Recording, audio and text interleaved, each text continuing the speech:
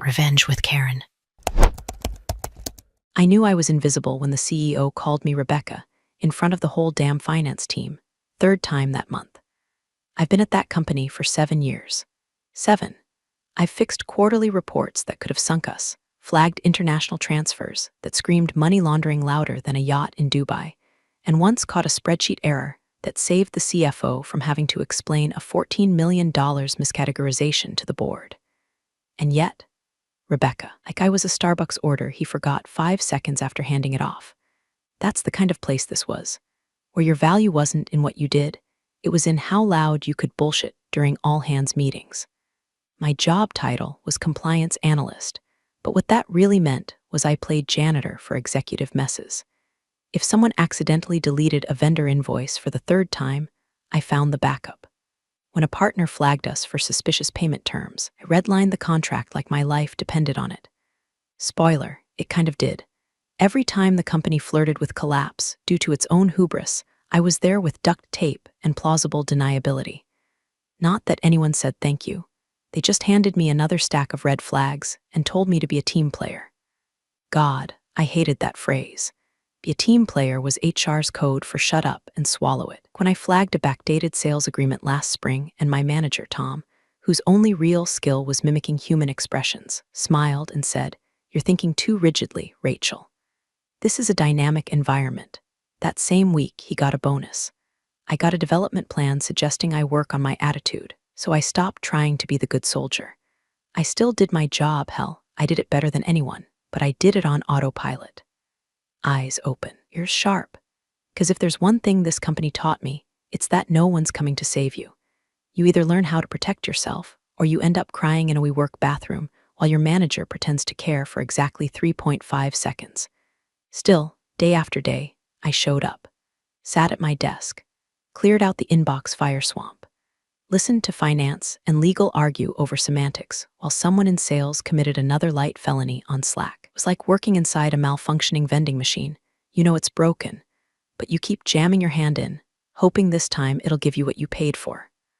Oh, and quick sidebar since you're already here. If you like these kinds of stories, where corporate karma finally shows up and bites back, hit that follow and like button. It helps way more than you think, and no one on the team wants to go back to pretending we enjoy status update meetings. Okay, back to the mess. What made it worse was I wasn't even bitter in the beginning. I used to believe in the mission. Democratize access to capital, they said. Empower small businesses, they promised. But somewhere along the way, that turned into inflate user metrics before Series D and cook the books just enough to pass an audit. I saw the shift like a cold front blowing in, slow, steady, chilling. The new leadership team was all noise, empty slogans. Growth hack this, optimize that. They stopped caring about customers and started caring about headlines. IPO buzz, founder podcasts, lunch with influencers. Meanwhile, the actual infrastructure, the legal and compliance underbelly, was held together by 3 underpaid analysts and hope. And yet I stayed, because I thought maybe I could steer the ship. Maybe if I held the line, someone up top would notice and say, hey, this Rachel woman knows her stuff. But no one ever did. Instead, I got looped into crisis calls with no context, handed impossible deadlines, and my personal favorite, blamed when someone else dropped the ball. One time, a VP forgot to file a vendor certification, and legal tried to pin it on me. Wasn't she looped? They asked. I wasn't. I had email proof, no apology, just silence and the next mess waiting in my inbox. The thing is, I wasn't angry, not then. I was exhausted, numb. Being in a long-term relationship with someone who doesn't hit you, doesn't cheat, doesn't scream, but still makes you feel like a ghost in your own house. That's what working there felt like, a slow disappearance. Each day, a little more of myself eroded.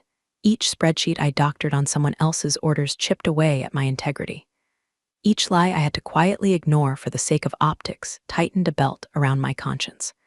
But I knew the system. I knew every access point, every buried folder, every redundant archive no one else remembered existed. I didn't have power, but I had eyes.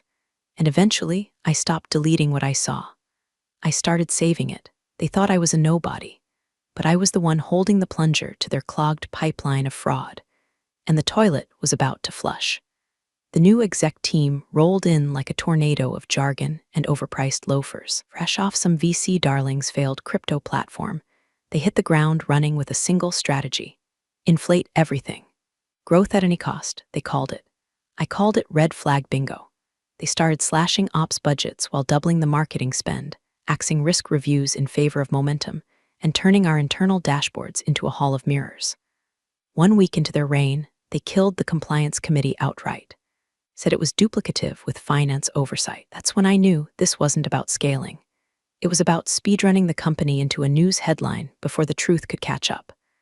I tried to tell myself I was overreacting. That maybe these guys had a plan. That maybe, just maybe, they weren't complete lunatics with a god complex and a burner phone full of Cayman Islands contacts. But then I got a routine request from Tom. Rachel, mind giving these Q3 reports a once-over before we send them to the board? Sure, Tom. Happy to keep pretending we're a real company. I opened the report expecting the usual garbage, vague projections, inflated user growth, and a desperate amount of footnotes. But something stuck out like a pair of Crocs at a funeral. A line item under enterprise revenue was repeated, verbatim, in 3 different departments. Same number, down to the decimal: $2,486,713.19. Once under SMB accounts, once under international expansion, and again under government partnerships. That was a new level of lazy. I highlighted all 3 and pinged Tom. Hey, notice this number's showing up multiple times. Is that a placeholder? He replied with a thumbs-up emoji, followed by, just a rounding error winking face, you're not the IRS. Right, I'm just the poor schmuck whose name goes on the review stamp. Still, I didn't press. I knew how this game worked. If you call out too much too fast, they label you not a team player. The same way they call a layoff a strategic reset and stock options golden handcuffs, even though they're expired cheddar in a plastic wrapper. Instead, I started a new habit. Every time I reviewed a report that didn't smell right, every time a payment date didn't match an invoice, or a contractor's name looked suspiciously similar to a board member's cousin, I saved a copy. Quietly, cleanly, tucked away in an encrypted folder on a personal drive they didn't know existed. And yeah, I know what you're thinking. Why didn't you say something sooner? Trust me, I did. Once. I flagged an expense report that showed $34,000 in client dinners, all charged at the same steakhouse in Miami over 3 days. The receipts were all for one table. Tom laughed and said, "Guess they really like surf and turf." Then he closed the ticket. So no, I wasn't about to waste my breath again. I wasn't the IRS, but I knew damn well that wasn't a rounding error. That was fraud dressed in a suit and sprinkled with truffle salt. The deeper I looked, the more bizarre it got. 1 week later, a vendor I'd never seen before popped up in the payroll logs. Shift Works Consulting. We're billing $80,000 for operational scalability audits. Except there was no contract, no tax ID, and the contact email was a Proton Mail account with 0 signature. When I brought that up, radio silence. That's when it really hit me. This wasn't incompetence. This was intentional. They weren't just ignoring the rules, they were betting no one would enforce them. And maybe they were right. Who was going to blow the whistle? Guy from legal who spent most of his day playing golf with our COO. The new girl in finance who still thought stock dilution meant watering down our cafeteria soda? No, it was going to have to be someone invisible. Someone who'd already been written off. Someone like me, so I kept saving, not just reports. I saved internal chat logs, email threads, PDF contracts that mysteriously got overwritten, even Slack messages that expired after 30 days. I found a way to screen capture them before they vanished. I started running searches in our document archive late at night, under the radar. I wasn't looking for a smoking gun. I was building a damn armory. The worst part? I didn't even want revenge. Not then. I just wanted it to stop. I wanted to work for a company that didn't make me feel like a co-conspirator every time I logged into the shared drive. Deep down, I already knew. They weren't going to change. They weren't going to stop, so I did. I stopped pretending I was part of the team and started preparing to blow the whole thing up. The invoice came in on a Tuesday morning, buried beneath a stack of NDA renewals and onboarding packets for some new contractor team based out of nowhere, apparently. The sender was Core Scale Analytics, which I vaguely remembered approving 6 months earlier for a pilot data visualization tool. One-time project. 3-month cap. C-suite loved the demo, hated the bill, and ghosted the vendor into oblivion, or so I thought. Except now, Here was CoreScale again, billing $127,000 for Q2 analytics recalibration under the exact same contract number I had archived as closed. And guess what? Right next to it in the system was another charge. Same vendor, same amount, same line item, filed under a different department code. One from marketing, one from product, 2 charges, 1 service, no explanation. So, like a rational human being who hasn't yet drowned in corporate Kool-Aid, I emailed finance. Hey, I wrote, noticed CoreScale submitted what appears to be a duplicate invoice under 2 departments. You confirm this isn't an error before I approve. About 10 minutes later, I got a response from some middle manager I barely knew named Lance, who, judging by his profile pic, had strong I just discovered cigars and Bitcoin in the same weekend energy. His entire reply, stay in your lane, Rachel. No greeting, no signature, no emoji, just that. I sat there staring at the screen, fingers hovering over the keyboard like maybe, just maybe, I was dreaming. Nope, this was real. This was the kind of place we'd become. A compliance analyst asking a clarifying question about a 6-figure duplicate payment gets told to shut up like she just asked to see someone's tax returns at Thanksgiving. I didn't reply. Not right away. Instead, I got up, took a lap around the floor, and tried to remember how I got here in the first place. I used to love this job. Used to feel like I was doing something that mattered. We were building something real. Now it felt like I was babysitting a bonfire made of money and lies. On my way back to my desk, I passed Jim, my old mentor. Used to be head of regulatory affairs before the new exec team shoved him into a corner office with no responsibilities and a slowly expiring title. He looked tired, like the kind of tired that caffeine can't touch. You look like you saw a ghost, he murmured when I sat back down. I showed him the email from Lance. Told him about the duplicate invoice. The vendor, the rubber-stamped contracts, the silence. He leaned in, voice barely above a whisper. Don't ask too many questions, he said. They're prepping for Series D. Everyone's walking on eggshells. Just keep your head down, keep your head down. That phrase felt like a slap. It meant let it happen. It meant protect your job, not the truth. It meant you know what's going on, but pretend you don't. But I wasn't wired for that. Not anymore. That night I went home and didn't even change out of my work clothes. I opened my laptop, sat at my kitchen table, and started Googling. Not for vendors, not for contracts, for whistleblower laws. Turns out there's a whole lot of them. SEC, IRS, OSHA, take your pick. Some even offer protection clauses, anonymity options, financial incentives. Not that I was doing this for the money. If anything, wanted to not need money. I wanted to be free of the whole thing. Of them, I dug deeper. Downloaded PDFs. Read horror stories and success stories. Found forums where ex-employees of shady startups whispered into the void about the things they saw, the risks they took, the retaliation they faced. And I realized something. If I kept trying to fix things from the inside, I'd end up like Jim, benched, bitter, and slowly erased from relevance. Or worse, I'd be complicit. This house of cards finally blew over. They'd pin it on someone like me. The quiet one. The one who should have known. Well, I did know. And now I had a choice. So I created a burner email, just to start, just to dip my toe in.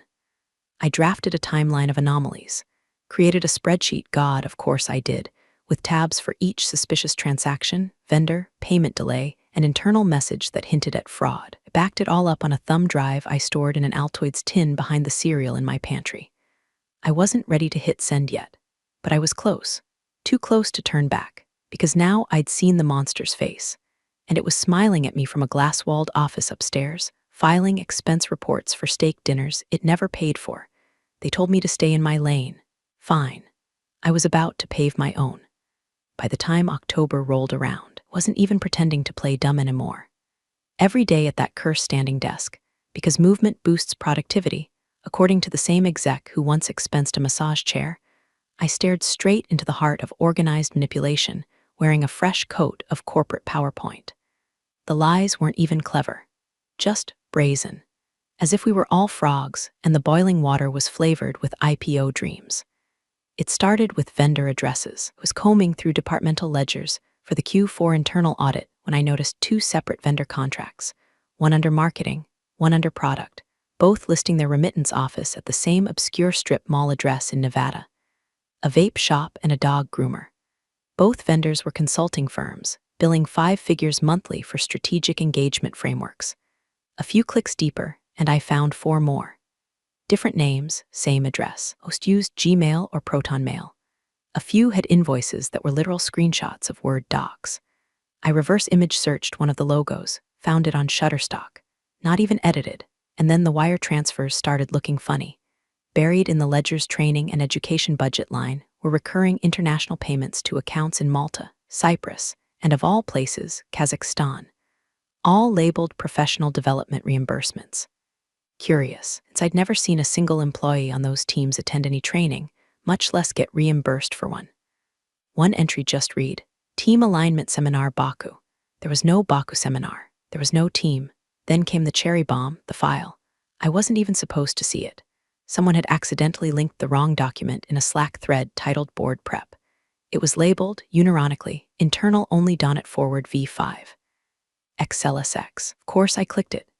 It opened into a sleek, color-coded earnings forecast sheet. Everything looked polished at first glance.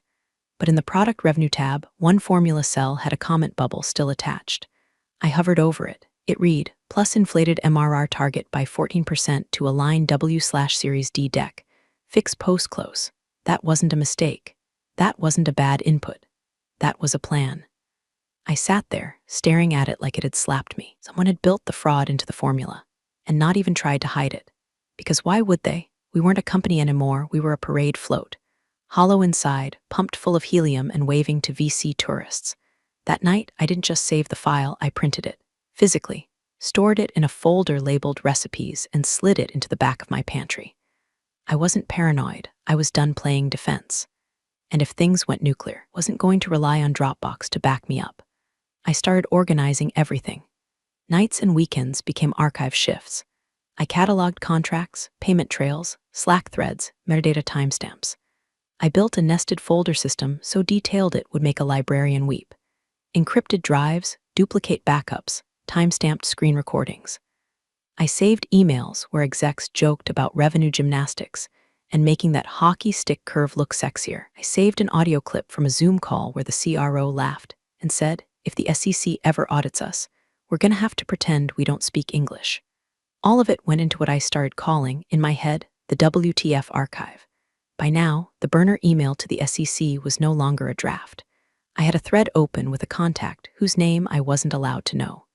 I used code names. I answered their questions. I followed their instructions. Every time I uncovered something new, I logged it, filed it, and uploaded a scrubbed copy. This wasn't a diary. This was evidence. I stopped talking to people at work unless I had to, stopped attending culture events. I ghosted every happy hour invite, every team lunch. I was done pretending I was part of something worth saving. Because here's what no one tells you. Corruption doesn't scream. It whispers. It laughs. It shrugs. It calls you dramatic when you catch it in the act. It tells you that's just how the game is played. But I wasn't playing anymore. They thought I was a quiet little compliance drone. What they didn't realize was that my side hustle was now the most organized, damning dossier this company had ever seen. And I was just getting started. They called me in at 10:14 a.m. on a Wednesday, right in the middle of me reviewing a payment trail that connected a vendor in Belize to our head of partnership sisters consulting firm in Florida. The calendar invite just said quick sync HR plus compliance. No subject, no agenda. That's how you know it's never just a sync.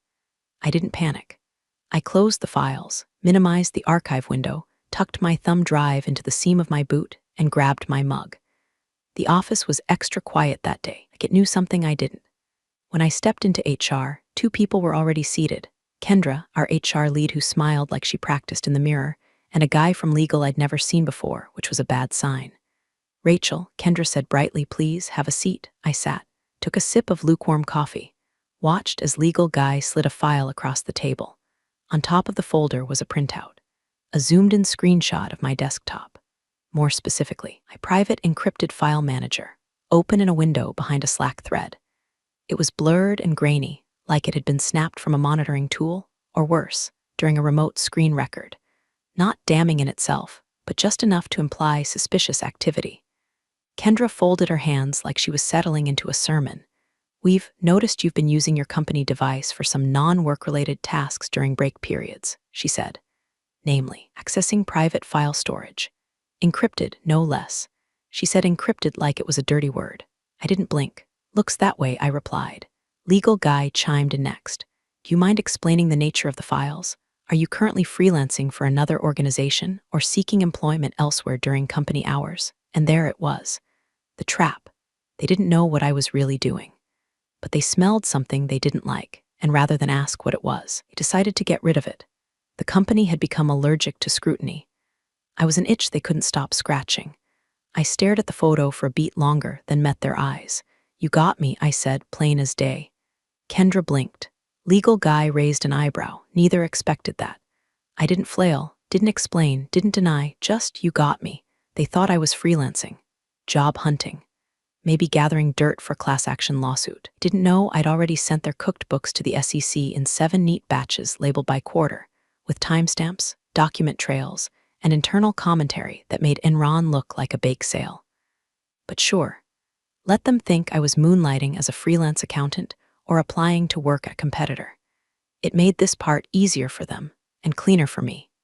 Kendra cleared her throat. Given the breach of our acceptable use policy, the potential conflict of interest, we're terminating your employment effective immediately. I nodded slowly, like I was absorbing a difficult truth. I understand. We'll need your badge, laptop, and any company property, of course. I reached into my bag, pulled out my laptop, factory reset 2 nights ago, after I wiped every trace of my real project and slid it across the table. I unsnapped my badge, set it beside the laptop, and stood. No tears, no outburst, just calm. Kendra was clearly expecting a reaction. Legal guy looked vaguely disappointed, like I'd failed to give him the drama he'd come for. Maybe they'd practiced their lines, prepared for tantrum, an appeal, a last-ditch bargaining plea. Instead, I smiled. Anything else? I asked. No, Kendra said, blinking fast. Someone will escort you to collect your belongings. I already had. Everything personal was in a single paper bag under my desk. I didn't even stop by. Just walked straight to the elevator, down the hallway where faces peered up from cubicles pretending not to watch, and stepped into the silence of the steel box. As the doors closed, I finally let out a breath. This was it, the line. I had played the game to the very edge, but now they thought they'd knocked me off the board. They had no idea. The trap had sprung, but it wasn't for me. Just fired their own compliance officer 5 hours before an SEC case. Investigator was scheduled to request formal documentation of internal financial conduct. I wasn't the one in danger. They were. The air outside felt wrong, too clean, too light. Like the city hadn't gotten the memo that I'd just been executed by a committee of smug faces and half-truths in blazers. I stepped out of that glass tomb they called a headquarters, clutching the brown paper bag with the only 3 things I still had from my time there: a stainless steel thermos, a sticky note with my Wi-Fi password, and a pair of earbuds tangled like the last 7 years of my life. No security guard followed me. No one ran after me to say they'd made a mistake. That only happens in movies where the whistleblower wears makeup and gets a book deal. I took a slow walk down the sidewalk, heels clicking against concrete like punctuation marks. I wasn't rushing. I had nowhere to be except exactly where I wasn't, inside that building. The company laptop, left behind on the HR desk, was cleaner than a newborn's conscience. No personal photos, no browser history, no Slack messages, no drafts. I'd reset everything 3 nights ago, but before I wiped it, I made sure of one last upload, zipped archive named Internal Audit Training Materials Q1, Q3. Inside, tucked 5 folders deep, was a document labeled simply Forecast Override 2023 Final XLSX. It wasn't even the most damning file. But it was enough to start a breadcrumb trail for the SEC if they needed something more formal than the encrypted uploads I'd already sent. The laptop also had a Chrome extension still installed. When I built myself, silent, invisible, it logged metadata every time someone reopened that file. Timestamps, IPs, user credentials. Just in case anyone decided to retroactively revise their memory. My exit wasn't the end. It was the beginning of the audit log. Back at my apartment, I kicked off my shoes and stood in the kitchen for a full minute, staring at the counter.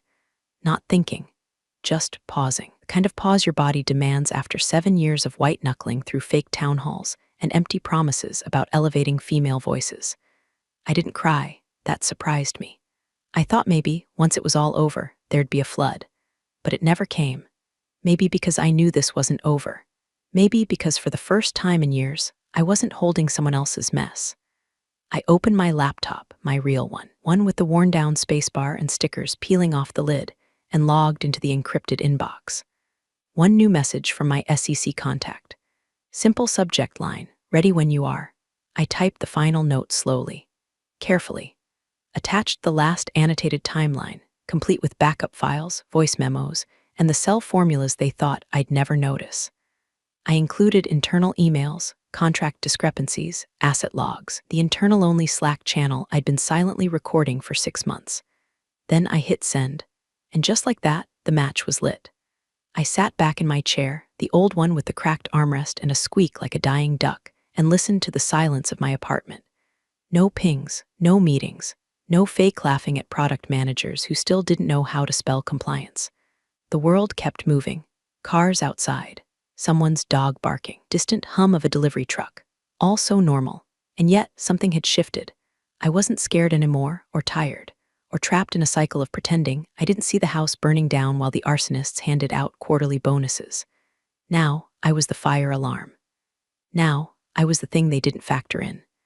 They thought I'd walk out and vanish, that I'd take my severance and find a quiet job at some other soul-sucking company with better coffee and fewer lawsuits. They forgot what I had. Access, memory, documentation, patterns, a habit of saving everything, and a very bored, very motivated SEC contact who had just received a 6-part series in corporate self-destruction. No, I wasn't done. I was detonating, quietly, precisely, and every piece I'd planted was about to go off. At exactly 2:17 p.m., 5 hours and 3 minutes after I handed over my badge and walked out into the fall air, the company's stock stopped trading. Like that, just froze. No warning, no explanation. The little green arrow on the live ticker curled in on itself and vanished, replaced by a dull gray hyphen. CNBC ran a breaking news banner less than 2 minutes later. SEC investigating tech firms for financial misconduct, tied to internal whistleblower. The ticker scrolled slowly beneath a still frame of the founder smiling at a tech summit last year, right before he told a room full of Stanford MBAs that compliance is just the speed bump on the way to innovation. You could almost hear the punctuation slap him in the face. By 2:35, every exec was off Slack. The internal ops channel was dead silent, except for a single message from the CTO. Does anyone know what this is about? No one replied. Not because they didn't know, because they knew. Board members started popping into calendars like mold after a flood. An emergency, all hands got thrown on everyone's schedule for 4 p.m. sharp. I wasn't invited, obviously, but one of my old colleagues, Lauren, from procurement, texted me a blurry screenshot from inside the meeting room. CEO pacing. Legal counsel, red in the face. A printed article from Bloomberg on the table, the headline so aggressive it looked fake. Whistleblower at tech firm X may have exposed multi-year financial fraud. I smiled without meaning to. It wasn't joy, it was release. Like a muscle I didn't know I'd been clenching for months finally went slack. And then my phone started buzzing. Tom, twice. First as a call, then as a voicemail. No text, no apology. Just that pathetic reach a cornered man makes when the floor drops out from under him and he realizes the paper trail leads straight to his desk drawer. I didn't answer, didn't even listen. He could scream into the void all he wanted. I wasn't his janitor anymore. Let him mop up the lies with his performance reviews and bonus memos. Back on LinkedIn, news was already spreading. Anonymous accounts posting vague subtweets. Reddit thread popped up in r/tech snark, which fintech just got caught inflating revenue pre-IPO. Someone replied, check SEC filings. Starts with a T, ends with hope you lawyered up. By 3:10 p.m., legal had locked access to the internal audit folders. Too late. I'd already scraped, tagged, timestamped, and duplicated every file worth keeping. They could lock the vault, but the diamonds were gone. Someone from IT tried to deactivate my old login credentials. Didn't matter. I hadn't used them in weeks. Everything that mattered was stored off-network, encrypted, and sitting somewhere far beyond their little sandbox of control. Another Slack ping from Lauren. HR is in meltdown. Someone said you had a burner. Is it true? I didn't reply. Let them guess. them spin stories in that soundproof conference room while legal scrambles for a scapegoat, and the CEO starts calling every VC contact he ever ghosted. The silence I gave them was louder than any confession. They had fired the one person who actually knew where the bodies were buried, and then practically shoved her into the arms of a federal investigator. They thought I was some passive compliance drone. They thought they could smear me, delete me, replace me. They didn't think was that I would strike first, and I hadn't even broken a sweat yet. By Thursday morning, Tom was gone. Administrative leave pending internal review, the memo said. No signature. Just a blank-eyed HR announcement sandwiched between an expired bagel reminder and someone asking who took the last HDMI cable from the supply closet. No one even used the word fired. They were too scared. Like if they said it out loud, would summon another SEC agent through the air vents. I heard about it before it hit Slack. Lauren texted me again, this time just a single line. You snapped his neck and didn't even look back. The next domino fell an hour later when the CFO went on Bloomberg. Not in person, just a carefully worded, pre-recorded video, shot with enough blur that it looked like it was filmed on a microwave. He didn't deny anything. Didn't admit anything either, just used every corporate euphemism in the book. Clarifying internal practices, miscommunication between departments, unanticipated procedural redundancies. He might as well have said, we got caught cooking the books, but please don't pull your funding. The market didn't buy it, neither did the investors. By noon, a new wave of panic washed over the company like cheap perfume. Internal emails leaked. Not from me, someone else. Few brave souls who realized the ship was sinking and decided to light a few fires on their way out. First came the invoices. Side-by-side screenshots, same dollar amounts, different vendors, identical formatting. Then came the Slack threads, time-stamped, watermarked, and forwarded in anonymous bursts. One showed a VP joking, hey, let's sprinkle in some creative math to hit that MRR curve winking face. Another said, we reclassify the Malta payments as employee enrichment. Lol, LOL indeed. By 3 p.m., the internal investigation that had started as a closed-door HR project was now a multi-agency circus. The FBI Financial Crimes Unit was reportedly asking questions. Not just the SEC, not just the IRS, all of them. The IPO postponed, indefinitely. That word echoed through Slack like a death rattle. Indefinitely. As in, maybe never. That beachfront condo the CRO just put a down payment on. Not happening. As in, the founder's exit strategy just got flushed with the rest of the toxic sludge. People panicked. Stock options became punchlines. Recruiters' inboxes exploded. Senior leadership went into bunker mode. No emails, no Zooms, just silence. Like ghosts in a machine built out of bravado and unpaid invoices. And me, I went for a walk. Not for revenge. Not to gloat, just to breathe. Because for the first time in what felt like a decade, I wasn't holding my breath. I wasn't waiting for someone to notice the mess and hand it to me with a smile and a deadline. I had handed them the mess, and they were choking on it. My phone buzzed again. Another unknown number, probably legal, or Tom, or the CEO trying to rebuild the relationship in a last-ditch attempt to make me go away. I let it ring. They didn't own my time anymore. Didn't own me. There's a power in silence they never understood. They thought the loudest person in the room wins. The one with the microphone, the spotlight, the board seat. But silence, true silence, backed by hard data and strategic timing, it's a goddamn wrecking ball, and it had just made impact. I checked my email. My SEC contact had sent me a thumbs-up emoji. Just that. No subject line. No attached files.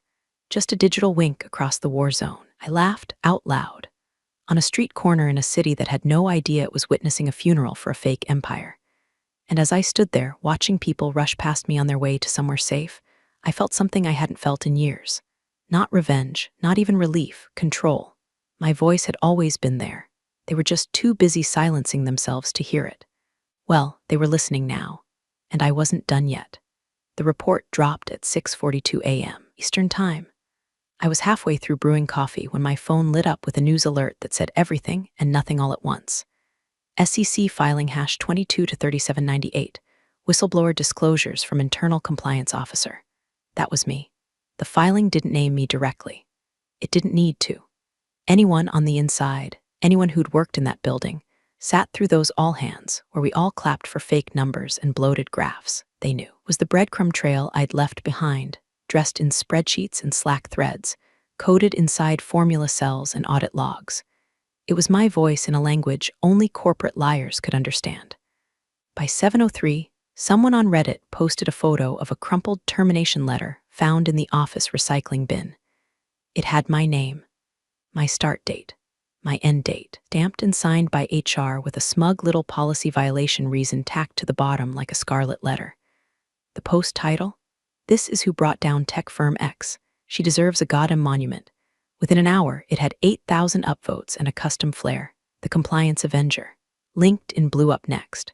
A dozen ex-colleagues messaged me. Some were stunned, some apologetic, some just wanted to say thank you.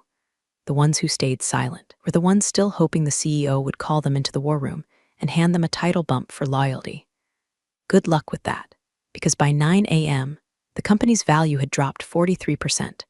43%. Overnight, shareholders rioted, not metaphorically. They showed up. Outside headquarters, on social media, at investor forums. One posted a furious thread detailing how he mortgaged his second home banking on the IPO. He told us the books were clean, he wrote. Turns out, the books were written in crayon. Then came the press conference. It was hastily thrown together in a co-working space that looked more like a hostage den than a billion-dollar tech company's PR platform. The CEO, once smug, cocky, dripping with disruption, stood behind a wobbly podium, the mic feed cutting in and out. His hands shook. His tie was crooked, looked like a kid caught spray painting lies onto a burning billboard. A reporter raised her hand. Voice calm, surgical. Mr. Dahl, when did you first become aware of the allegations outlined in SEC filing hash 22-3798? He stammered, blinked, looked down at a sheet of talking points that no longer mattered. We take all concerns seriously, and we have a process for internal evaluations, which unfortunately was not followed in this case. Translation, we ignored her. We tried to bury her. We thought she'd go quietly. I turned the volume down and watched him fold, not just him, the entire performance. This carefully constructed empire of jargon and backdated contracts. It was collapsing in real time, live-streamed on every business channel, tweeted by every finance bro who once drooled over our disruption metrics. And me? I was in sweatpants, curled up on the couch with a warm mug of coffee and a front-row seat to the reckoning. I pulled up my email. There it was. The offer letter from Rivet Pay, our former competitor. A better firm, smarter, and now, thanks to the chaos, a hell of a lot stronger. They didn't ask what happened, didn't pry. They just wrote, "We're impressed. Let us know when you're ready to lead." I stared at the accept offer button for a few seconds, not because I was hesitant, because I wanted to savor it. One last time, I glanced back at the frozen CNBC screen, where the CEO was now being drowned out by a room full of reporters shouting follow-ups. Then I clicked, accept. The laptop screen glowed. Outside, a breeze swept through the city, tugging at yesterday's headlines like ash on the wind. And I smiled, not because I won, but because they finally lost to someone they never saw coming. You're the real stars of the corporate jungle. Thanks for watching. Hit subscribe, or I'll flick the switch on your old cubicle memories.